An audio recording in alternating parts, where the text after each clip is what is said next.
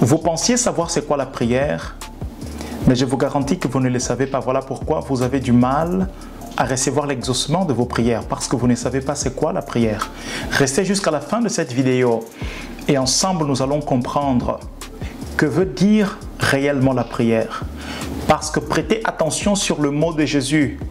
Tout ce que vous demanderez en priant, tout ce que vous demanderez en priant, Jésus est là en train de faire une séparation entre le fait de demander et le fait de prier. Et il arrive que quelquefois, nous mélangeons ces deux concepts et nous en faisons un seul. Et nous pensons que le fait que nous demandons, nous sommes en train de prier. Mais il dit, tout ce que vous demanderez en priant, vous le recevrez. Autrement dit, pour le recevoir, il faudra que vous puissiez le demander en priant. Si vous le demandez sans prier, vous n'êtes pas exaucé. Donc la prière n'est pas ce que je demande. C'est pour cela que je vous dis que vous ne savez pas c'est quoi la prière. Et dans cette vidéo, nous allons ensemble comprendre que veut dire réellement la prière. Bienvenue à vous sur ma chaîne, je suis Abdel Barros et aujourd'hui nous voulons comprendre c'est quoi la prière. Il existe ces deux mots en grec dans le Nouveau Testament, le mot parachemai et le mot aiteo. Aiteo, c'est le mot demander, le mot appeler, le mot commander, c'est ce que cela veut dire. Le mot parachomai, c'est par contre un désir ardent. Donc la prière n'est pas ce que je demande. La prière est l'élan d'esprit qui précède la demande. La prière, c'est le désir qui précède la requête que je fais. Autrement dit, la requête doit être faite parce qu'il y a un désir qui précède cette requête. Parce que Dieu n'exauce pas les paroles de votre bouche, Dieu exauce les désirs de votre cœur. Faites de l'Éternel tes délices et il te donnera ce que ton cœur désire. Il ne nous donne pas ce que notre bouche demande, il nous donne ce que notre cœur désire. Regardez encore ce que Proverbe 10, 24 va dire. Le Proverbe 10, 24 va dire que le désir du juste est exaucé. Quoi? Le désir du juste, pas la demande du juste. C'est pour cela d'ailleurs que la Bible va dire dans toujours Proverbe 83, « Garde ton cœur plus que toute autre chose, car c'est de lui que sortent les sources de vie. Ce n'est pas de ta bouche, mais c'est de ton cœur. » Alors, c'est quoi donc la prière? La prière, c'est un désir qui habite mon cœur et que je exprime ce désir, soit par mes actes, soit par des requêtes sous forme de paroles, sous forme de demandes que je présente à Dieu. C'est ça la prière. Pourquoi nous avons du mal quelquefois à être exaucés?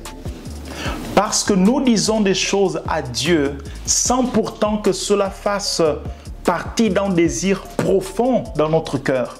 Vous allez voir par exemple au niveau de l'intercession, quelquefois à l'église, il y a un groupe d'intercession et on donne un sujet de prière.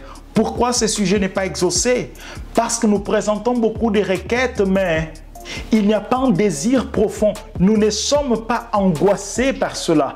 Il n'y a pas un élan d'esprit qui précède la requête qui monte. Or, c'est lorsque l'élan d'esprit précède la requête que la requête est donc exaucée. Je vais vous montrer cela davantage dans les Écritures et vous prouver cela dans les Écritures. Jésus va dire dans le livre de Matthieu, chapitre 6, il va dire ceci. Quand vous priez, chapitre 6, 9 à 13, quand vous priez, dites. Autrement dit, c'est lorsque vous êtes dans l'élan, c'est lorsque votre esprit se trouve dans un élan quelconque qu'il faut dire. Quand vous priez, dites. Si vous n'êtes pas dans cet élan, si votre esprit n'est pas dans une fréquence d'un désir profond, ce que vous direz seront des paroles vaines. Ce que vous direz n'aura pas d'impact. Attendez que votre esprit soit dans un élan, que votre esprit soit habité par un désir profond. À cet instant, dites, et donc vous serez exaucés. Je vous prouve que ce que nous disons à Dieu sous forme de requête doit toujours être précédé par un élan. La Bible va dire ceci concernant Jésus, Matthieu chapitre 26. Jésus, angoissé, il pria. Dans le sens où le mot prier là, c'est Jésus angoissé, il présenta des requêtes à Dieu. Mais qu'est-ce qui a fait en sorte qu'il présente des requêtes à Dieu? Parce qu'il y avait un élan d'esprit qui le précédait. Quel était cet élan d'esprit? Angoisse. Un autre verset. Cette fois-ci, c'est Jacques. Jacques va dire ceci, que celui qui est dans la joie chante, mais que celui qui est triste, qu'il prie. Prier dans le sens de présenter une requête, de venir dans la présence de Dieu. Qu'est-ce qui va me pousser à venir dans la présence de Dieu? Parce que je suis dans un élan d'esprit. Et quel est cet élan d'esprit? Élan de tristesse. Alors ça me pousse à faire quoi? Me présenter devant Dieu. Parce que la prière est un système qui change la tristesse en joie. C'est pour cela que Jésus va dire, demandez afin que votre joie soit parfaite. Demandez afin que votre joie soit parfaite. Parce que le fait de demander transforme la tristesse en joie. Alors il va dire, si quelqu'un est triste, qu'il présente des requêtes à Dieu. Regardez encore un autre verset. Apôtre Paul n'a jamais dit demander sans cesse. Apôtre Paul a dit prier sans cesse.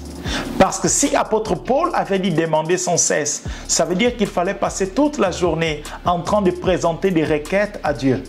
Mais ce n'est pas ce qu'apôtre Paul dit. Apôtre Paul va dire prier sans cesse. Autrement dit, dans une journée, soyez dans un élan d'esprit, dans les désirs profonds de ce que vous voulez voir Dieu faire.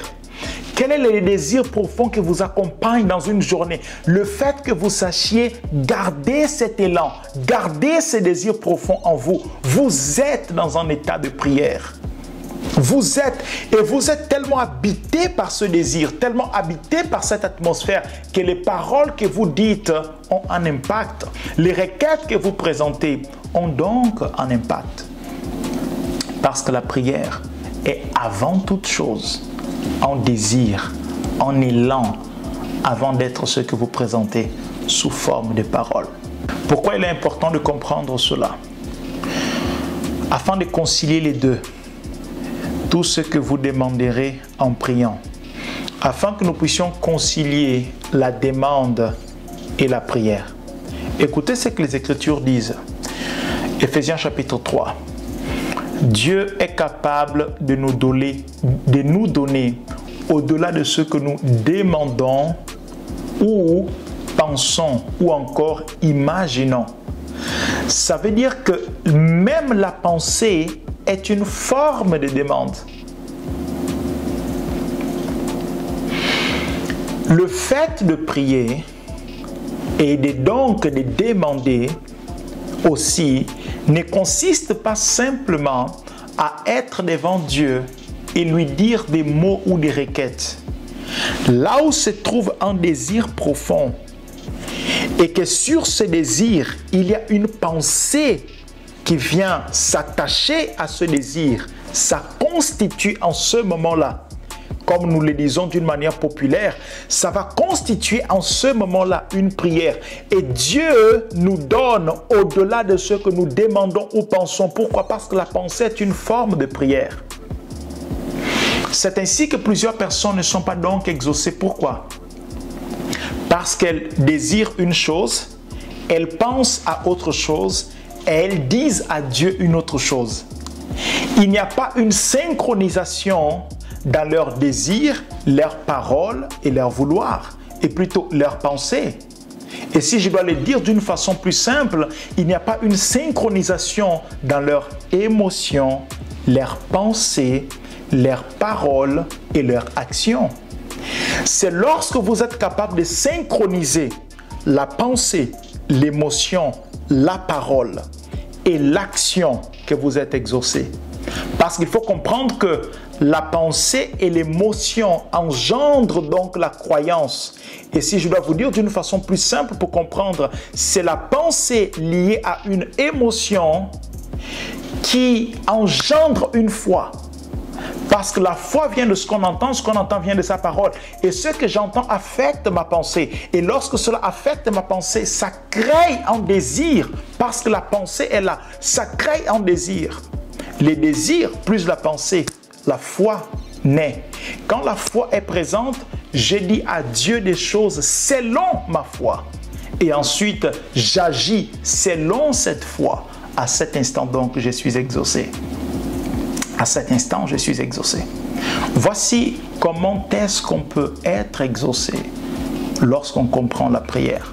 Cette vidéo, elle est courte mais si importante. À partir d'aujourd'hui, ne dites pas simplement des choses à Dieu. Ne présentez pas simplement des requêtes à Dieu. Avant tout, mettez-vous dans un élan de cette requête. Et vous verrez vos prières être exaucées. C'est tout pour aujourd'hui. Si vous n'êtes pas encore abonné, je vous invite à vous abonner. Activez également la cloche de notification pour recevoir nos vidéos en temps réel. Si vous n'avez pas compris quelque chose ou si vous voulez que je puisse aborder un autre sujet, développer une autre pensée, dites-le moi dans le commentaire. Je serai en train de vous lire et vous répondre. Partagez cette vidéo également avec quelqu'un d'autre afin que nous puissions toucher un plus grand nombre de personnes. Paix et grâce chez vous. Bye.